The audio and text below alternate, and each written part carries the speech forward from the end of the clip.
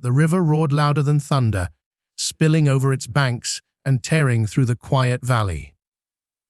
Daniel Miller, a barefoot boy of 17, stood frozen on the muddy edge, rain beating down on his thin shoulders. His breath caught when he saw a car half submerged in the torrent, a woman inside pounding against the glass, her eyes wide with panic. In that instant, Daniel did not think about danger or about himself. He only knew someone was about to be swallowed by the flood, and he could not stand still. He had no idea that the life he was about to save belonged to a billionaire who would one day change everything for him. Daniel's life had always been simple. He lived in Maple Creek, a small farming village where houses leaned from years of storms and children grew up learning to carry more than they owned. His shoes were torn, his shirts patched, and most days he rose before the sun to fetch water, feed the goats, or help his mother, Mary, with chores. The world beyond the hills felt distant, unreachable. Like the city lights they sometimes saw flickering on the horizon when the sky was clear. Yet Daniel did not resent his life. He found joy in small things, the sparkle of fireflies at dusk, the croak of frogs after rain, the warm laughter of his younger sister when he told her stories by lamplight. He dreamed quietly, though, of building bridges strong enough to keep villages safe when storms came, of learning more than what life in Maple Creek allowed. That day had begun with a strange heaviness in the air. The clouds hung low, the breeze smelled of wet earth, and the farmers in the fields had glanced nervously at the sky. By afternoon, rain poured down in sheets, fast and hard, turning the dirt paths into rivers of mud. Daniel had gone to gather herbs by the riverbank when he saw the water rising, faster than he'd ever seen before. Within minutes, the calm stream had become a raging monster, tearing at tree roots and carrying branches away like sticks. Then he saw the car. It must have been traveling along the old road that cut near the river, a road no one from the village used during storms.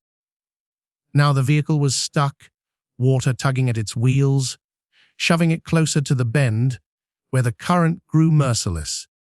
Inside was a woman, her face pale, her hands beating against the window in desperation. Daniel's chest tightened.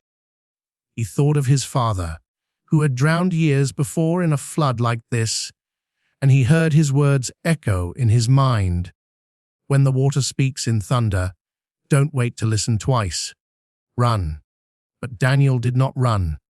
He could not. He waded into the current, the cold slamming into him like fists.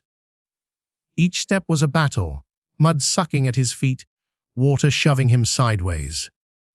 His heart pounded as he pushed forward, his eyes locked on the terrified woman. She was older than him, maybe in her 30s, dressed in clothes that looked far too fine for Maple Creek, a diamond glinting faintly on her finger even in the storm. "Hold on," he shouted, though the roar of the river swallowed his voice. He picked up a rock and smashed it against the window until the glass cracked, then reached in, his arm scratched and bleeding. She grabbed him instantly, clutching his arm like she was clinging to life itself. "Come!" he gasped, pulling with every ounce of strength.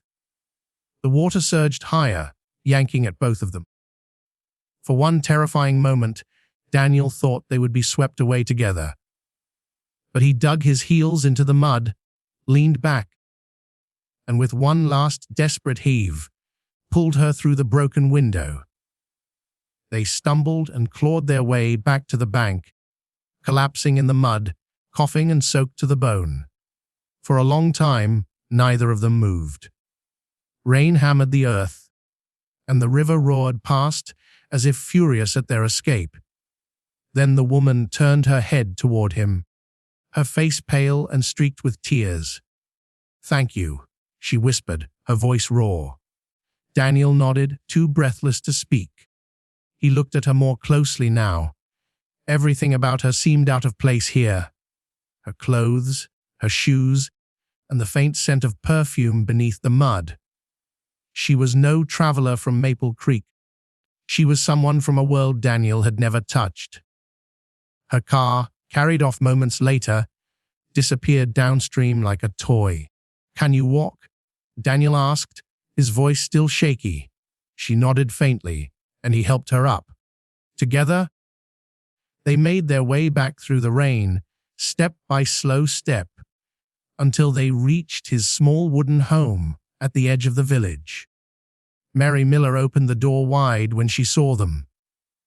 Without hesitation, she pulled the soaked woman inside, wrapped her in blankets, and set a kettle on the stove.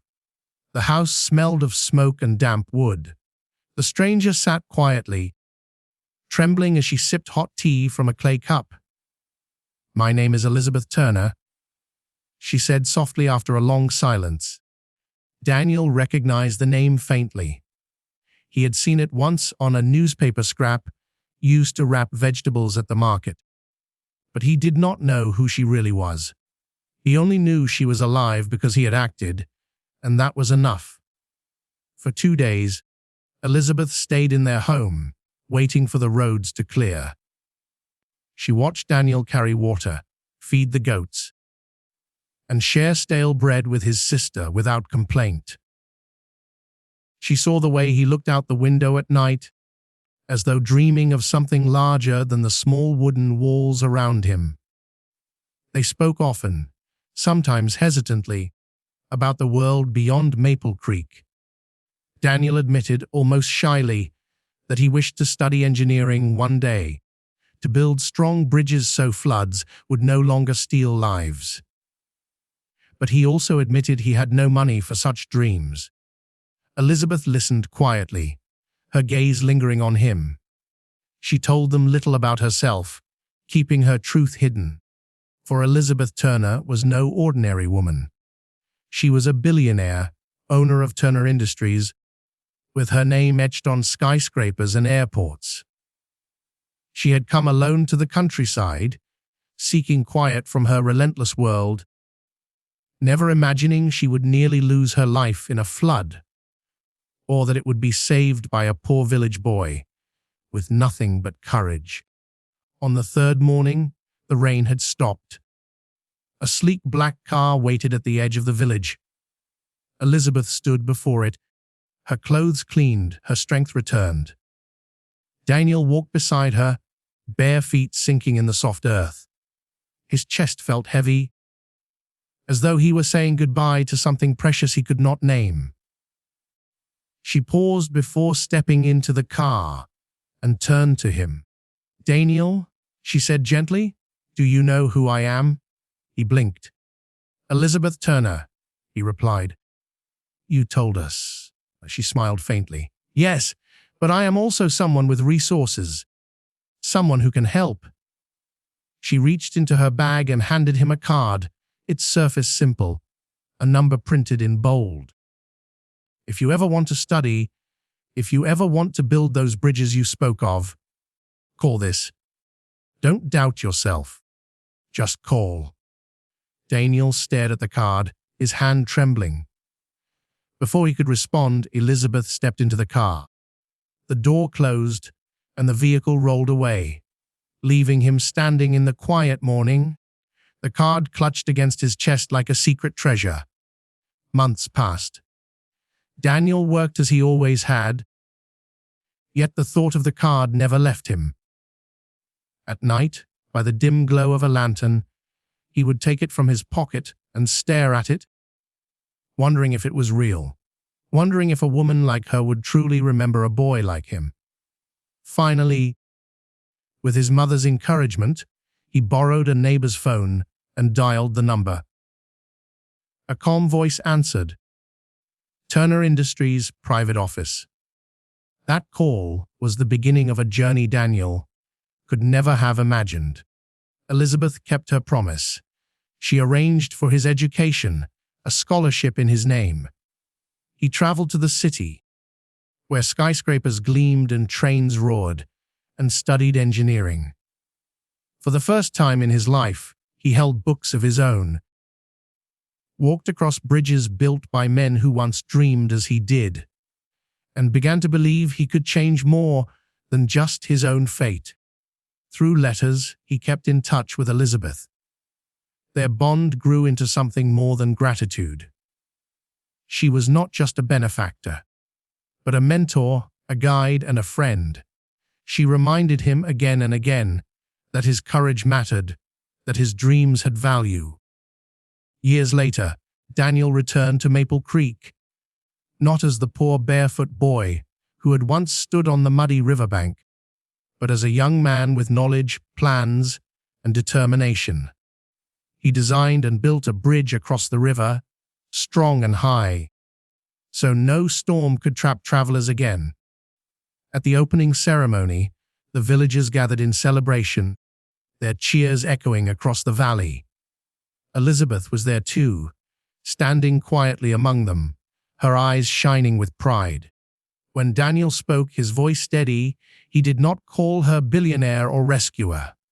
He said only, "This bridge exists because someone believed in a boy who had nothing but hope." The crowd applauded. The river ran calmly beneath the new structure, and Elizabeth felt her heart swell, not with the pride of wealth, but with the joy of seeing courage bloom into something lasting. Life often hides its greatest gifts in the most unlikely places. A poor village boy may hold the strength to save a life. A woman of great fortune may hide a heart longing to be touched by honesty and kindness. And sometimes, in a single act of bravery, two worlds collide, forever changing both. So when life places someone before you in need, do not hesitate. Step forward. You never know how far the ripples of your courage may reach, across rivers, across lives, across time.